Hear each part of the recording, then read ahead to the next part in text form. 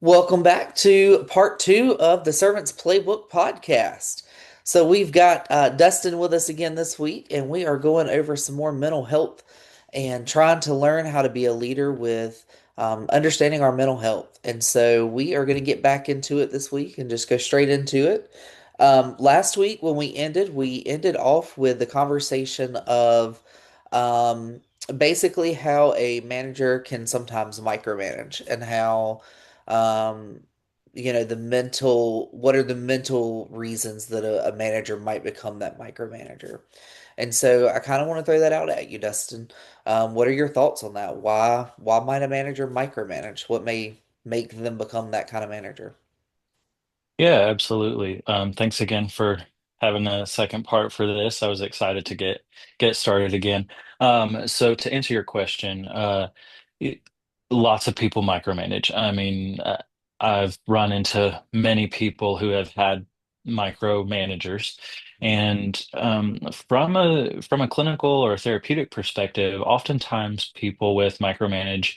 I guess skill sets, maybe not a good word for that, but people who micromanage ultimately come from a place of insecurity. They have a lot of control issues. Um, Growing up, maybe they were put in a lot of positions where they just didn't have control or they had their control taken away from them. And so they compensate for that by getting into a position of power and then they take that and run with it. And it's like, oh, I've got some power. Uh, some I've got a I'm not even sure what I'm trying to say. Ultimately, somebody who has their power taken away from them, often at an early age, that follows them through their life. And so they use that, and um, it's a space for them to have that power or to take some of that control back. And so they run with it, and oftentimes they don't even know that they're doing it. So. Wow. So, would you have any tips for, let's say, somebody is trying to become a better leader and they find out that they are micromanaging? What are some tips to try to change that about themselves to not be a micromanager? Well, that can be really hard to hear sometimes for people. If you are a micromanager, it's something that can be really challenging to have somebody tell you. And because we don't want to be a micromanager, I don't think most people don't.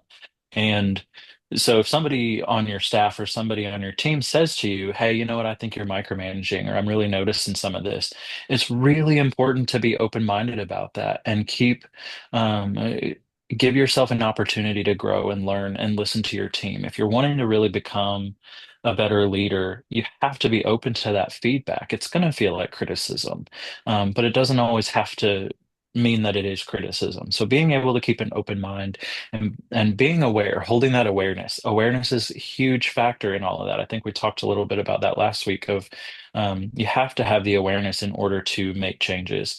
And so if you are somebody who feels like or has been told you're a micromanager, keep an open mind and be I would say be open and be grateful that a team member felt safe enough to come and tell you that you were being a micromanager. And then once you gain that awareness, then you start to be able to have an opportunity to do something differently. So if you are told that, okay, help me understand where are the places that you feel like I'm being where you feel I'm micromanaging. And again, being open to that feedback from your team without getting defensive. It's going to be challenging, I think, but um, and then really make a concerted um intentional effort to make those changes and to really take that feedback and do something differently. Otherwise, if you don't change those things, you're going to have people leaving your team. You're going to find people who are going to go work somewhere else if they feel like they're not being heard or listened to.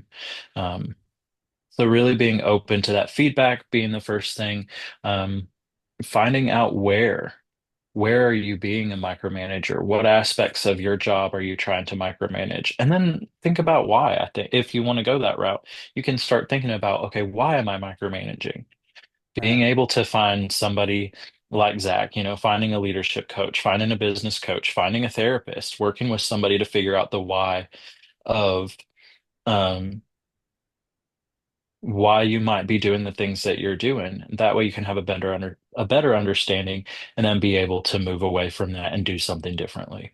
Right. Yeah, that's good. And I think a big key point to point out there that you mentioned is the being self-aware. I think a lot of times people forget that, but being a leader is being self-aware first. We have to lead ourselves first. Um, and so when we first realize that we are, um, a micromanager, that is the first step to the recovery of being a better leader, kind of like you were saying. Mhm. So yeah, I think that's a really, really good point. So yeah, awesome. Well, let's go forward. Let's see. What's our next question? What advice do you give clients who, or what advice would you give clients who struggle with assertive communication?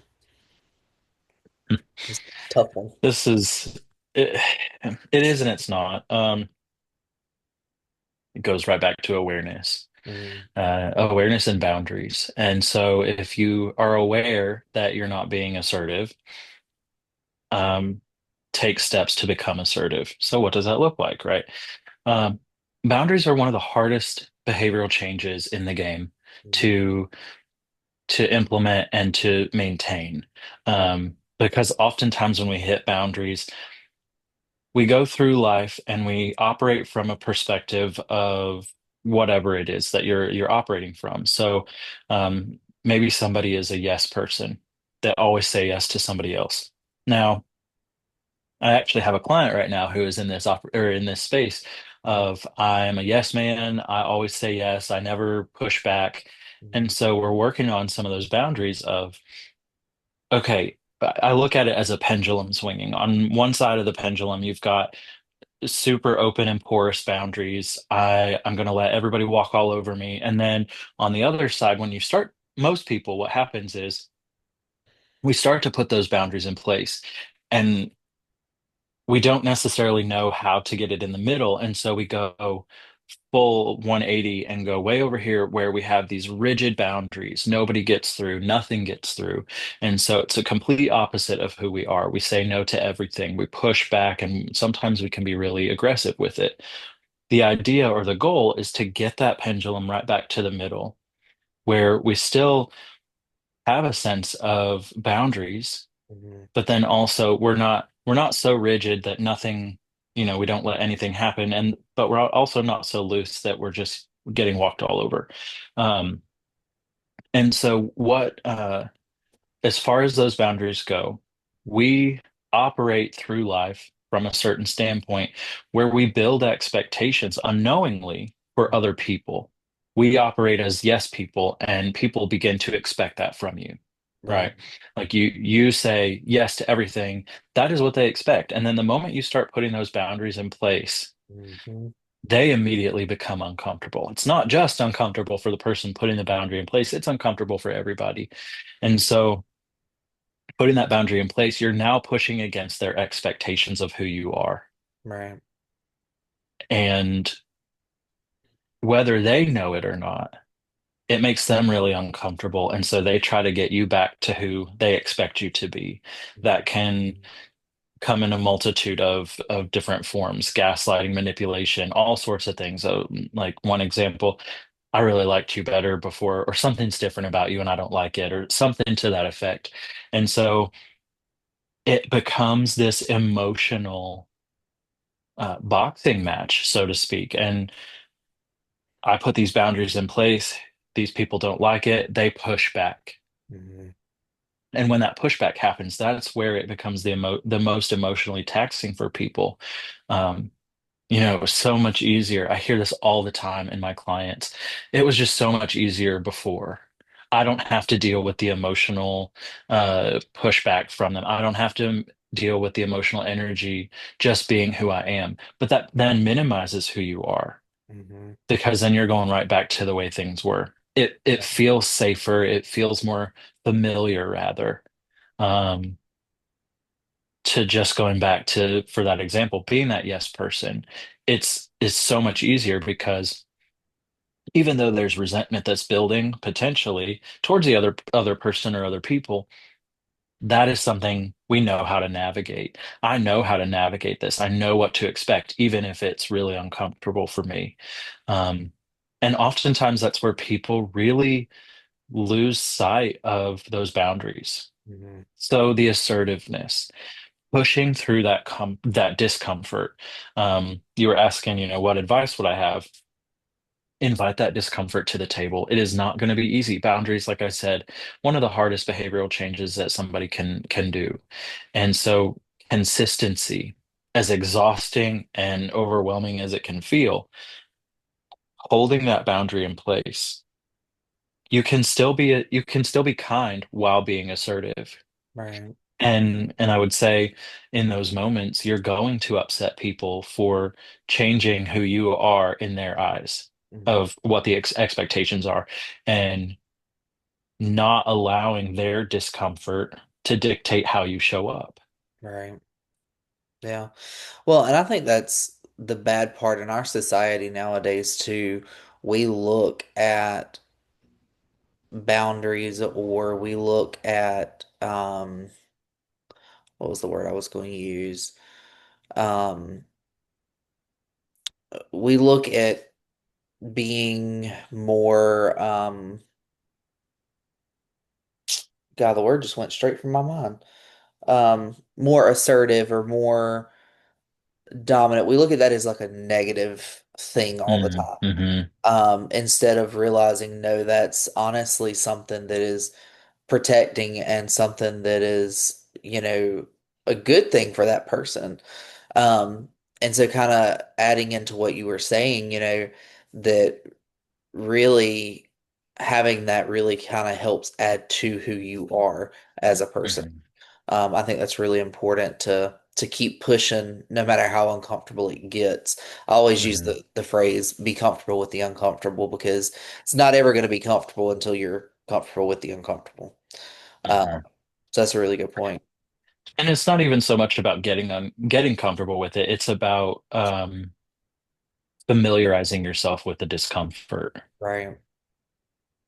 It may never get to a point where it's comfortable for somebody to put those boundaries in place, but it is so important to make those changes because once you do the pushback, once you start putting those boundaries in enough and you don't shift on those things, you're very intentional about holding those boundaries with people. The other people who are giving that pushback tend to slowly start backing off. They recognize, oh, this isn't changing. And so they get used to this new version of you. Um, Oh, so boundaries themselves, oftentimes we look at boundaries as a way to keep people out. Mhm. But in reality, that is, I think I mentioned this last week. Um, if not, I'm going to mention it now. But boundaries are a way for us to show people how we need for them to show up for us. Right. That's a good point. Yeah, that's a really good point. So with sorry, my mind is going completely blank today. Um, it'll come back to me in a minute. Okay. Do you have any more advice on that, or do you want to move on to the next question? Or I'm trying to think if I made sure to answer it effectively. I hope I did. no, I mean, I Um, think you did. yeah. Okay. Yeah, we can Yeah, go on. we'll move on then. All right. So the next one is how do you help clients set, well, you kind of went into this. How do you help clients set healthy boundaries when they're used to putting everyone else first? Well, again, I think that goes obviously what we were Yeah, talking about awareness and everything. Awareness being a big one in in the response to that question. What are your boundaries? What right, are your non-negotiables? How are you needing other people to show up for you? So really being able to understand and recognize that for yourself. right, Um, what is a boundary? What is a boundary for that person specifically? Some people might have boundaries that other people may say, oh no, that doesn't bother me. I'd let anybody do that or act that way, and vice versa. Like you might not have boundaries for certain things that other people would see as a needed boundary for themselves. So really understanding yourself and knowing what it is that you need in your own life, as far as boundaries go. Um, so really just that awareness factor. I need to know what my non-negotiables are. Right. Yeah, and that brings me back to the point I was going to say a while ago. So I think personally, I think it would be important to have that accountability person, whether it be a counselor or, a leadership coach or a friend in general, to kind of help hold you accountable to keeping these boundaries. Because like you were saying earlier, it's very easy when things get tough or when they push back to go back to the way it was. So Mhm. having that accountability to help you keep those boundaries, I think would be very, very important to continue growing. Yeah, absolutely. When we're left to our own devices, we often won't do things. We won't push ourselves. I mean, that's not fair to say for everybody. Right. Obviously, there are some outliers, but in the work that I've done and the majority of folks I see, if you don't have that person to guide you along, you're unlikely or less likely to make those changes for yourself. Right. Yeah, I agree. Okay, so these next ones are going to get a little deep. Um, it's based on trauma-informed leadership. So, how does past trauma show up in leadership styles or workplace behaviors? How don't they show up? Trauma is trauma. The most important thing about trauma, one of the most important things, there's a lot of important stuff about it, but and I learned this from a very early, not age, but an early time in my career. You don't get to decide what constitutes as trauma for somebody else. Um, you collective, being like the leader, the therapist, the coach, the whomever put title here. Um, if somebody comes to you and says this was traumatic, that was traumatic for them, despite how you might have looked at it. Um, and so being able to recognize that it does show up for everybody. Uh, it could be, one of those things to I guess being able to be open, I'm kind of answering it a different way, but ultimately, trauma can show up anywhere. Right. Any relationship, especially in relationships, sounds, smells, no, like all sorts of things might bring up or activate somebody's trauma. And so it's really important understanding of that in leadership. Asking people for feedback, being open to that feedback. Sometimes even micromanagement can come out in your own trauma, like we were talking about the loss of control or the lack of control, Yeah. people losing their empowerment and that coming out as micromanagement. Might come out as somebody seemingly narcissistic. If we're looking at somebody's behavior and it's like, oh, well, it's all about you, or it's all about, you're making this about you, it might be somebody on the team who's they're they're always talking about their ideas. That could also be that they never had the opportunity to share their ideas, and so they're trying to take over in a way that gives them that power and control back. And so the trauma itself can show up in a multitude of different ways. Yeah, that's true. I think that's why it's important to, because you mentioned, even the leader having trauma as they lead with micromanaging, like we talked about earlier. I think that's why it's important for even leaders to have um, that coach or that therapist or whatever, because we all have trauma, we all have issues that come up, and we all need somebody to help us walk through it. And so making sure that we never get to the point where we think, oh, I've made it to where I'm at, I've made it to this, end goal. I'm good where we're at. I don't need any help. Like, just remembering that we all have to be very um what's the word? I guess sensitive to trauma triggers. Mhm. Because they can be anything. Kind of like you were saying. I mean, I would have never thought smell would have been one, but I mean that makes sense. If a certain smell, was something you smelt during a trauma before, I mean that could take you back. Mhm. So I mean that's a good point. So, okay. What should leaders know about supporting team members who might be experiencing trauma or major life stressors? If it's something that a team member is not open to talking about, that's fine. Don't force them to talk about it, but making sure that leadership, even team members, not just leadership, but everybody, I think it would be super important for people to get involved in a trauma-informed training, Right. looking at things from that trauma lens or being trauma-informed lens, Mhm. and being able to understand, like we were talking about, everybody has experienced something that might have been traumatic for them. Um, Very few and far between are there people who have not experienced something traumatic anymore. Um, Oftentimes we're so desensitized to things like that nowadays, but there are Right. still things that our nervous system will take in as trauma. Yeah. And so in order to lead a team who has experienced trauma, or even if it's just one person, recognizing, understanding, holding awareness that there are people who might have had a traumatic experience. And so, um, a really good question, uh, or a way to show up for a team, regardless of whether or not there's trauma, would be to ask, how do you like to get feedback?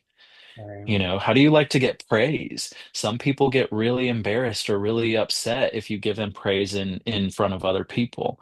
Um, Not saying that necessarily comes from trauma. It could, but just understanding that you're leading a team of people with so many different perspectives and experiences that you don't know necessarily what is going to activate somebody or, upset somebody or hurt somebody's feeling. You just don't know. And so it's important to hold that awareness of, okay, this person is in front of me. I have to treat them like a person, not just a number, not just a warm body in a seat.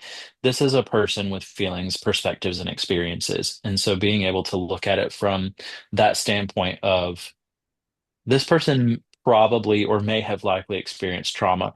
How can I show up for them in a way that is going to help create an environment of safety and that is going to help them be or become successful? Right. Yeah, that's a good point. Um, I think a good thing to remember as well is the open door policy of making sure. I mean, I know that sounds so cliche, but making your team understand that your door is always open no matter what the situation is.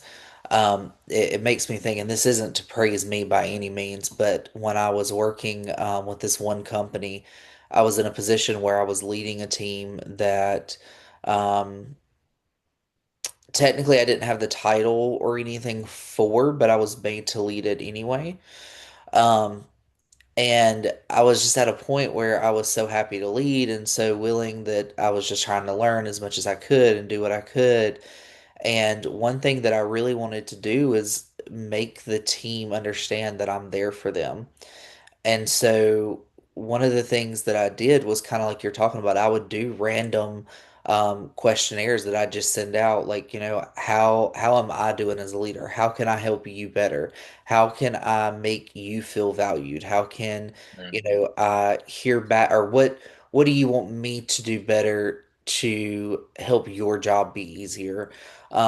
Things like that to help them open up, and it made a safe place for them to know, oh, I can tell Zach, XYZ. And so they know when Mhm. life hits or when, you know, trauma hits from a customer that did something, they can step aside, come in my office, and we can talk it through, and I can be there for them, be that shoulder to cry on, help them out. And so it really, really is important as a leader to have that open door policy, um, and really live it, not just say it. So, Yeah, and I like that you were given those the surveys or the feedback forms. I forget how you mentioned it, but yeah, um I would say in those moments the best, if you can, obviously if the environment doesn't allow for it, I think surveys and such are fine. But what I would say is that if you can have those conversations in person, have those in person. Like it's so important for that. Just the relationship is so right, important. That is probably the number one, at least in my field. So I know if I don't have a relationship with somebody, anything I have to say doesn't mean anything to them. Right. Um, unless there's safety and or unless there's a relationship and safety. So same thing in um a leadership role, like you were saying, creating that space for somebody to feel safe enough to come to you and say, you know what, this is what's going on for me. This is what I experienced with you, and I didn't appreciate it, or I need it to be different. And so having those opportunities to give that feedback and leaving space for team members, like I said, to feel safe enough to have those conversations. On top of all of that, communication is so important in that because obviously, as a leader, management, what have you, there might be other uh, things that you have to take care of, right? Like there might be meetings that you have to go to. There might be projects that you're working on as management or as a leader, and being able to remember to communicate that with your team. Hmm. Um, oftentimes, well, what I'm thinking of rather is when I worked for social services, I had one of the best supervisors I think I've ever had in my entire life. She was so incredible, and she was so communicative of what she was going through, even. Like, it wasn't that just because she had the title of supervisor or manager that she acted or felt any better than us. She also let us in on her personal stuff that was going on. Like Right. she would call us into her office and say, you know, this is what I'm going through. So if I present this way, this is why. And Right. so being able to communicate those things as a leader, opening yourself up and being vulnerable as a leader is so important because if you show your team that they can do it, then they're more likely to go that route with you. They're more likely to be open and vulnerable. Um, but then, as I was mentioning, as a leader, if you or manager, if you do have other meetings and appointments, the open door policy is really important, but also there has to be some boundaries there as well. Like if I'm in a meeting, you can't just come burst into my office and just start talking about X, Y, or Z. Right. Um, so being able to say, like, you know what, if my door is closed or something, like you can knock, but I might be in a meeting, I might say, you know, give me a minute or something. Right. Um, because again, if you build that expectation that, oh, you can just come in whenever you want, that's gonna lead to a lot of issues, or it can. Yeah. Yeah. No, I definitely agree with that too. Definitely needs to be boundaries around it for sure. Yeah.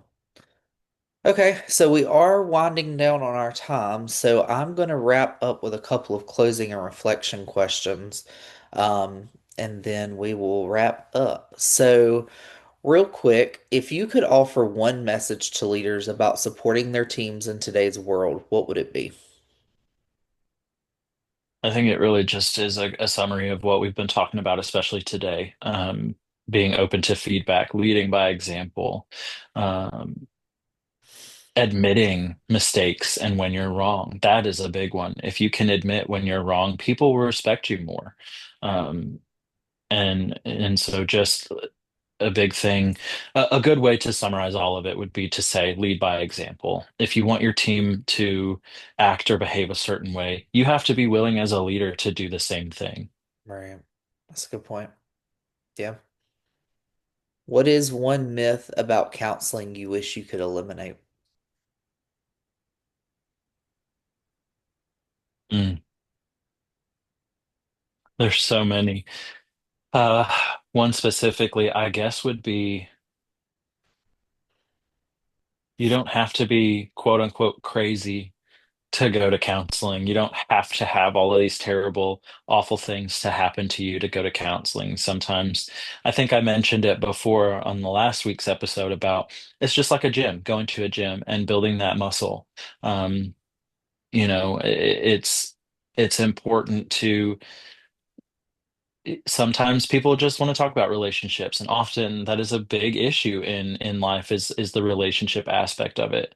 Yeah. Um, so many people have issues with relationships. So many people don't necessarily know how to communicate or show up in relationships. We all know what we want. We Right. all know how we want people to treat us, but we don't often know how to tell people.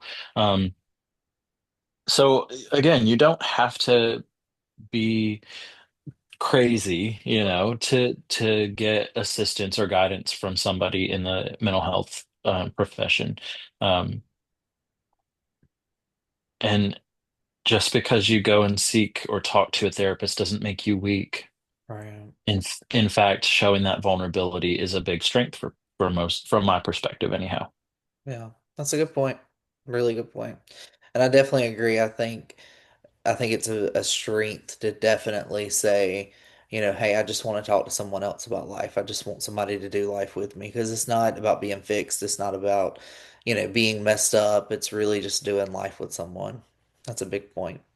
So, Yeah, to add on to that, I don't believe that people are broken, and I tell people all that all the time. People are not broken. It's just we've had experiences that have happened to us over time that make us believe certain things about ourselves. And going back to the leadership aspect, if you expect your team to do it, be willing to do it yourself. right. Yeah, I agree with that. Definitely agree. All right. Well, thank you guys for joining in and listening. Before I wrap up, Destin, I didn't give you a chance at the beginning, and I didn't think about it till we started. But real quick, in case listeners didn't listen to the first episode or part one, can you give them a rundown of who you are, what your background is, that kind of thing? Yeah, so my name is Dustin. I am a licensed clinical social worker. I'm a certified specialist in anger management as well. I don't know if I mentioned that on the first episode, but I'm currently the owner and clinical director of Mindful Horizons Counseling in Hendersonville, North Carolina. I offer therapeutic mental health services around trauma, relational trauma, more specifically. Um, yeah, so I am, that's who I am, therapist, and I don't know what else to add, but Awesome. Well, we appreciate it. It's been really good getting to know you a little more and picking your brain on these topics. I think mental health is such a huge, huge part to life that a lot of people have a lot of misconceptions about. And I think leadership, a lot of people see it as a different side or a different point in life, but it really is connected with leadership a lot. And so I really appreciate you taking the time to dig in it with us and doing it for 2 weeks in a row. So I definitely appreciate sure. it. So Yeah, I appreciate the opportunity. Thanks for having me on. yeah, anytime, and we'll be doing something in the future together, I'm sure. We'll see what happens. Um, Sounds good. yeah. Well, I appreciate you guys for tuning in again. Thank you for listening to the Servants Playbook podcast, and we will see you next time. Y'all have a good day.